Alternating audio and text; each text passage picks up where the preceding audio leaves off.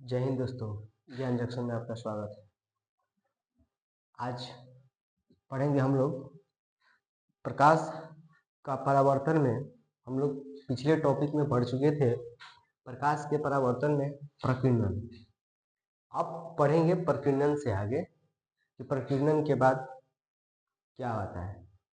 तो प्रकीर्णन के बाद हम पढ़ेंगे किरणपुंज, उसके बाद में पढ़ेंगे पारदर्शक अपारदर्शक पदार्थ, ठीक है। उसके बाद आएंगे हम लोग प्रकाश के परावर्तन होते कैसे हैं, किस प्रकार से प्रकाश के परावर्तन होते हैं और प्रकाश के परावर्तन में कौन कौन से नियम होते हैं, उन नियमों को जानने का प्रयास करेंगे, ठीक है। तो आज टॉपिक पे है कि किरणपुंज क्या है। किरणपुंज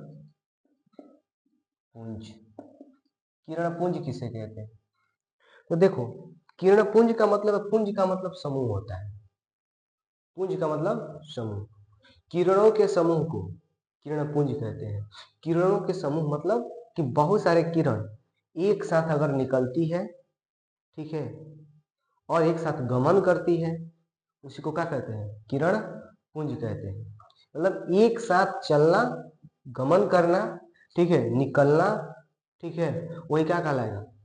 किरण पुंज कहलाएगा। तो सबसे पहले आते हैं डिफिनेशन का। ये इसका आसान सा डिफिनेशन है, किरणों के समूह को किरण पुंज कहते हैं। किरणों के समूह को किरण पुंज कहते हैं, ठीक है। हम बोल भी रहे हैं, लिख भी दे रहे हैं, आप लोग कॉपी कलम उठाइए और उसको नोट करते रहिए, ठीक है। हर टॉपिक वाइज रहेगा, प्रत्येक टॉपिक, कोई टॉपिक छोड़ा नहीं जाएगा, हर एक टॉपिक में हम बताएंगे, ठीक है। जैसे आपको विद्यालय में या कोचिंग में जैसे पढ़ाया जाता है हर टॉपिक वाइज किताब का, ठीक उसी तरह से हम पढ़ाएंगे। आप बशर्ते ध्यान से आप देखते रहें और वीडियो को लाइक करें, सब्सक्राइब करें चैनल को, ठीक है।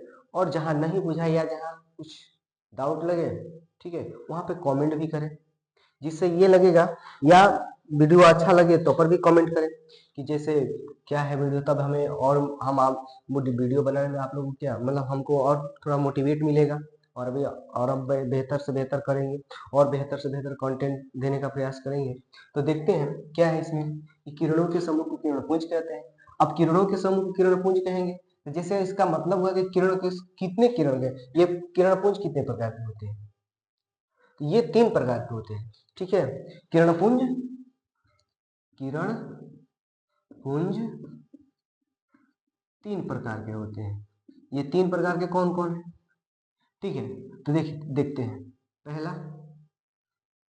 पहला हो गया अपसारी किरण पुंज। उसके बाद में दूसरा अभिसारी किरण पुंज, और तीसरा हो जाएगा समांतर किरण पुंज, ठीक है। यानी कि अपसारी किरण पुंज, अभिसारी किरण पुंज और समानांतर किरण पुंज, ये किरण 3 प्रकार के होते हैं। कितने प्रकार के? 3 प्रकार के हुए। अब इसको जानेंगे कि अपसारी किरण पुंज किसे कहते हैं, अभिसारी किरण पुंज किसे कहते हैं और समानांतर किरण पुंज किसे कहते हैं।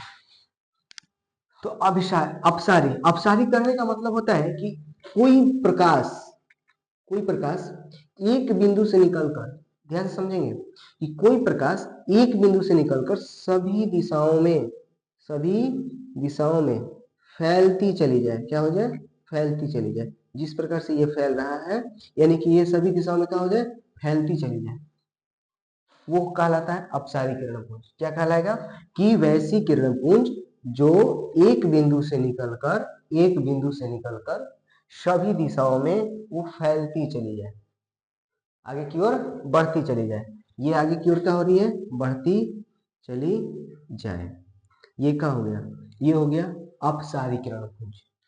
इसको कहते हैं अपसारी किरणपुंज, ठीक है।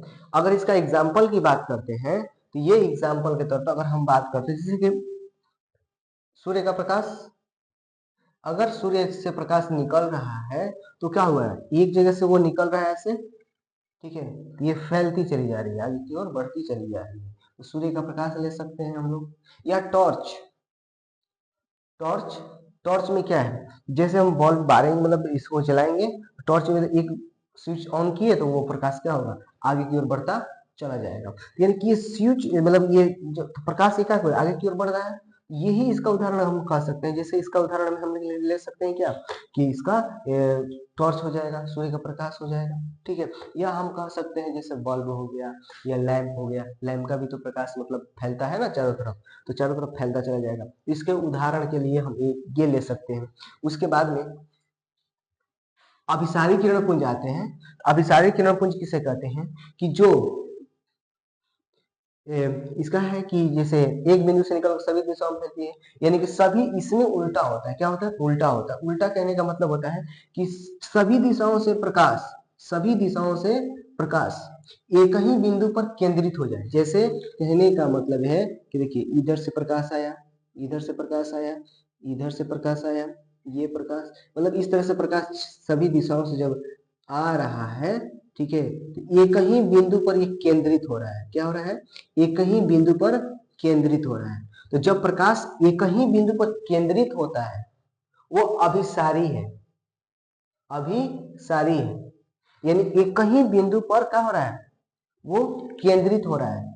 जब प्रकाश सभी दिशाओं से निकलकर ना एक ही बिंदु पर क्या हो जाए, एक ही बिंदु पर केंद्रित हो जाए, तो उसी को हम लोग कहते हैं क्या, अभिसारी किरण पुंज, ठीक है।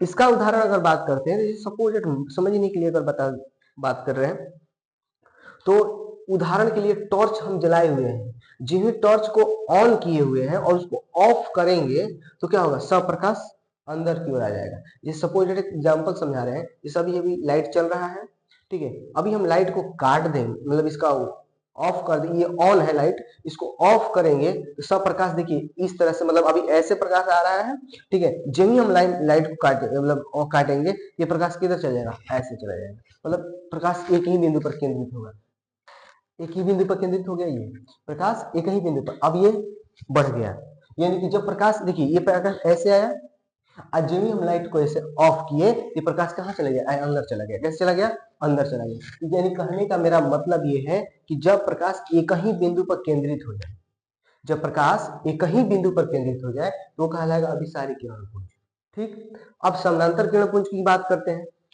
तो समानांतर किरण पुंज होगा कि जब प्रकाश किसी बिंदु स्रोत से निकलकर एक दूसरे के समानांतर, एक दूसरे के समानांतर आगे की ओर बढ़ती चली जाए, एक दूसरे के समानांतर, कहने का मतलब जब प्रकाश किसी बिंदु स्रोत से निकलकर और वो एक दूसरे के समानांतर ऐसे आगे की ओर बढ़ती चली जाए, आगे की ओर बढ़ती चली जाए, इसको बोलते हैं समानांतर किरण पुंज। क्या बोलते हैं, समानांतर किरण पुंज। यानी कि जिस इसका अगर उदाहरण ले सकते हैं, इसका उदाहरण बहुत मतलब अच्छा है, आप लोग देखे होंगे laser light, laser light, laser light जो कि आमतौर पे हम लोग जिसे यूज भी कर लेते हैं कभी ऐसे लेकर कभी क्या बोलते हैं वो नाच उच होता है तो उसमें हम लोग क्या करते हैं, कभी लेकर बांध देते हैं, ठीक है, या कभी हम आप पीछे हो आपका संगतिया आगे है और आपका संगतिया आगे आप पीछे हो, अब वो देख नहीं मतलब आप आवाज दे रहे हो सुनाई नहीं दे रहा है, फोन कर रहे हो उसको सुनाई नहीं दे रहा है, तो आपने लिया था लेजर लाइट और लेजर लाइट लिए हो तो सोचे कि चलो मारते हैं फोकस ना, ऐसे ऐसे करेंगे तो खुद ब खुद इधर ताकेगा, तो ताकेगा तो फिर ऐसे हम फोन करेंगे या मतलब ऐसे हाथ मारेंगे तो वो इशारा समझ जाएगा। तो यानी कहने का मतलब लेजर लाइट का मतलब वो क्या होता है, इसके प्रकाश जो निकलते हैं वो बिखरते नहीं है, कहने का मतलब है कि प्रकाश उसका बिखरते नहीं है, प्रकाश सीधे जाता है। तो जब प्रकाश सीधे जाता है वो कभी दिशा परिवर्तन नहीं कर, दिशा मतलब ये बिखराव नहीं करता है, जब बिखराव नहीं करता है तो सीधे जाता है, तो जितना से मतलब जितना प्रकाश निकलता है ना, जितने मतलब जितने दूर से उतना ही प्रकाश वो बाहर मतलब उतना ही एरिया में वो क्या करता है, प्रकाश को सीधे फोकस करता है। तो इसीलिए जो होता है इसके प्रकाश का हम लोग यूज करते हैं, जिससे क्या होता है समानांतर किरण पुंज कहते हैं। या इसका उपयोग और जगह पर होता है, जैसे आज के लेजर लाइट ऑपरेशन करने के लिए वो लेजर लाइट का ही उपयोग करके, जैसे कि वो पतली उतली निकालना होता है, अपेंडिक्स का ऑपरेशन करना होता है, इस सब का वो लेजर लाइट से कर दिया जा रहा है, क्योंकि बस देख लिया जा रहा है कि कहाँ पर है, बस उतना ही जगह पर लाइट बारा जाता है, और इस लाइट के माध्यम से क्या हुआ है कि मतलब आपका चीड़ फाड़ भी नहीं हुआ और उसका निकाल सकते हैं। ठीक है, तो लेज समानांतर किरणपुंज मतलब यही होते हैं कि मतलब ये समानांतर। अभी देखो ना, शादी विवाह का मौसम ये भी किया है, तो इसमें क्या है कि अभी ये जो डीजे पर डिस्को लाइट आ रहा है, डिस्को लाइट, तो डिस्को लाइट अब एक सफेद वाला आया है, तो सफेद वाला है ना, तो वो बहुत तेज फोकस मारता है और उसका प्रकाश बिखरता नहीं है, उसका प्रकाश क्या आता है, सीधे आता है।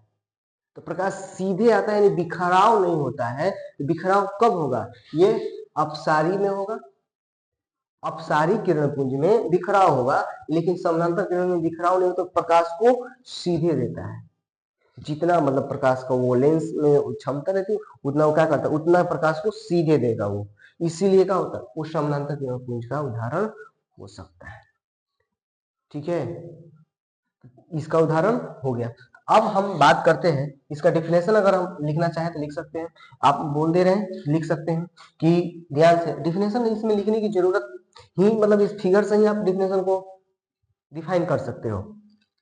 कह रहे कि किसी बिंदु से प्रकाश निकलकर सभी दिशाओं में फैलती चली जाए, किसी बिंदु से प्रकाश निकलकर सभी दिशाओं में फैलती चली जाए, उसी को हम लोग क्या कहते हैं, अपसारी किरणपुंज कहते हैं।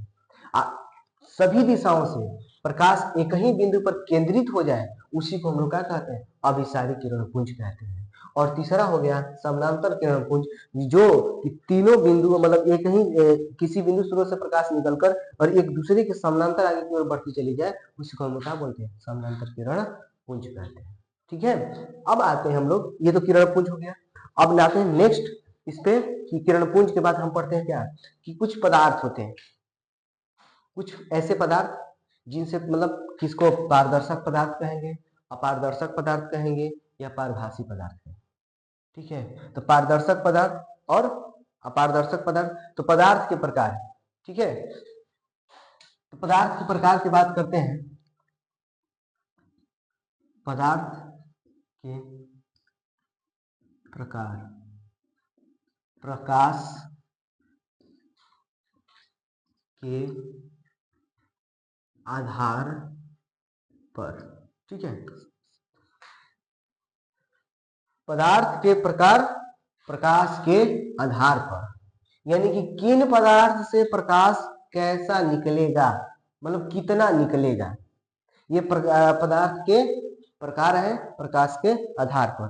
तो इसमें अगर हम पहला बात करते हैं तो होता है पारदर्शक पदार्थ।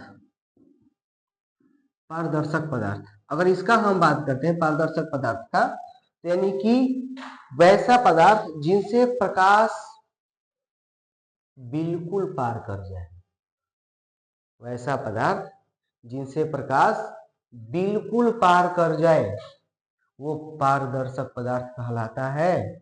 बात समझ में आया, कि हम लिख सकते हैं इसको कि वैसा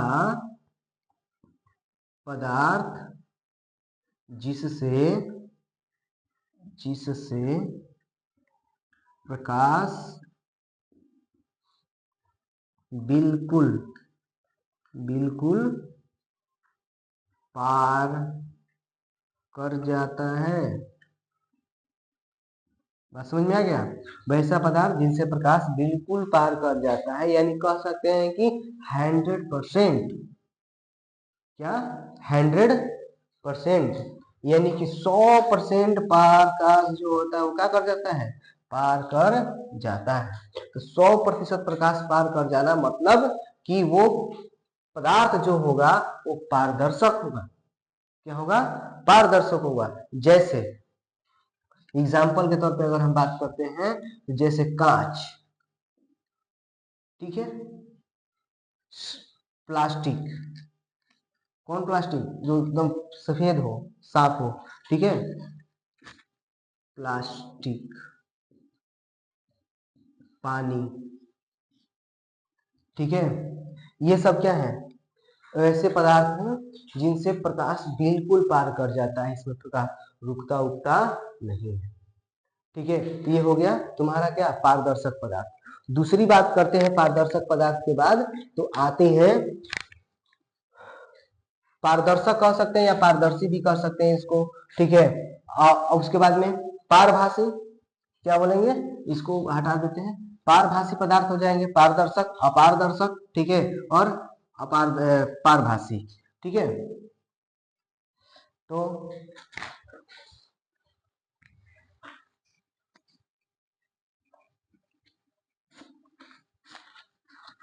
तो अगर बात करते हैं पारभासी पदार्थ, ये पारभासी पदार्थ क्या है, तो पारभासी पदार्थ की अगर बात करते हैं तो पारभासी पदार्थ इसको हम पारदर्शी भी कह सकते हैं, पारदर्शी, पारदर्शी, ठीक है, पारदर्शी, ठीक है, पारदर्शी पदार्थ। अगर हम बात करें इसमें, ये जो टॉपिक हो गया पारदर्शी, अपारदर्शी की बात करें, सॉरी पारभासी की बात करते हैं। दूसरा नंबर क्या है कि पारभासी, पारभासी पदार्थ क्या है, पारभासी पदार्थ। ये पारभासी पदार्थ क्या है, तो पारभासी पदार्थ की अगर बात करते हैं, वैसा पदार्थ जिससे प्रकाश, ठीक है, का आधा हिस्सा पार करता हो और आधा हिस्सा पार नहीं करता हो। यानी कहने का मतलब है कि 50%, कितना, 50%, 50% जो प्रकाश है वो पार करता होगा और 50% प्रकाश पार नहीं करता होगा। तो उस आधार पर अगर हम बात करते हैं तो इसका उदाहरण जिसे लेना हो तो हम क्या उदाहरण ले सकते हैं, उदाहरण के लिए तो घिसा हुआ कांच, ठीक है, तेल लगा हुआ कागज, ये सब किसका उदाहरण हो सकते हैं, पारभासी पदार्थ। इसका भी डिफिनेशन कर देते हैं कि वैसा पदार्थ जिससे प्रकाश का आधा हिस्सा पार करता है, जिससे वैसा पदार्थ जिससे प्रकाश का आधा हिस्सा पार करता है, ठीक है, वो क्या कहता है, पारभासी पदार्थ कहता है। यानी हम कह सकते हैं कि 50%, कितना, 50%, 50% ही प्रकाश जो होता है क्या करता है, वो पार करता है, और 50% के बाद वो प्रकाश पार नहीं करेगा। इसका एग्जाम्पल के अगर तौर पर हम बोले हैं तो एग्जाम्पल में जैसे हो जाएगा क्या, घिसा कांच, घिसा हुआ कांच, ठीक है, तेल लगा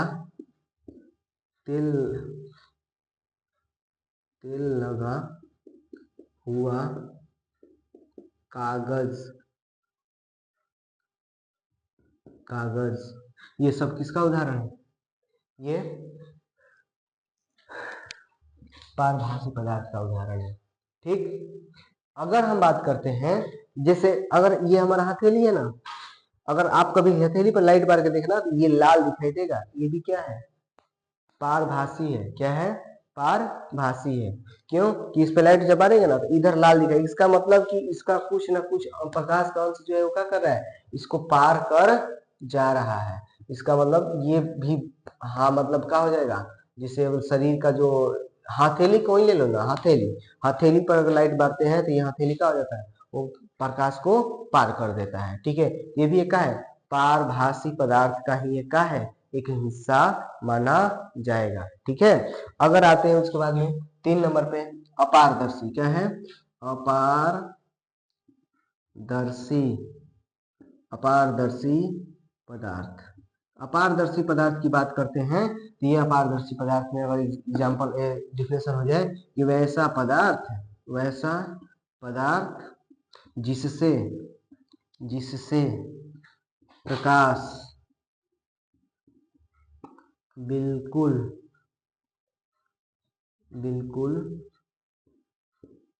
पार नहीं करता है। ठीक है, तो एग्जाम्पल के तौर पे क्या हो जाएगा, एग्जाम्पल के तौर पे अगर हम बात करते हैं तो ईंट ले लेंगे, पत्थर हो जाएगा, ईंट पत्थर, और क्या, ठीक है। सबसे खराब क्वालिटी जैसे प्लास्टिक का सब बना हुआ, समझ, चिकना प्लास्टिक नहीं, खराब प्लास्टिक कह सकते हैं, ठीक है। उसका भी क्या हो जाएगा, पत्थर हो जाएगा, ईंट हो जाएगा, मिट्टी हो जाएगा, क्या हो जाएगा, मिट्टी हो जाएगा, ठीक है। और भी बहुत सारे उदाहरण आ सकते हैं, आसपास में हम देख सकते हैं, लकड़ी हो जाएगा, ठीक है, लकड़ी, लकड़ी हो जाएगा। ये सभी क्या है, उदाहरण किसके हैं, अपारदर्शी पदार्थ के उदाहरण है, ठीक है। तो ये अपारदर्शी हो गया। अभी हम लोगों ने इतना टॉपिक पढ़ा, इसमें किरणपुंज पढ़ा। किरणपुंज के बाद क्या पढ़ा हम लोगों ने, किरणपुंज के बाद पदार्थ के प्रकार, वो भी किसके आधार पर, प्रकाश के आधार पर। अब हम पढ़ेंगे प्रकाश का परावर्तन, ठीक है। तो अगले वीडियो में हम लोग पढ़ेंगे प्रकाश का परावर्तन। जय हिंद।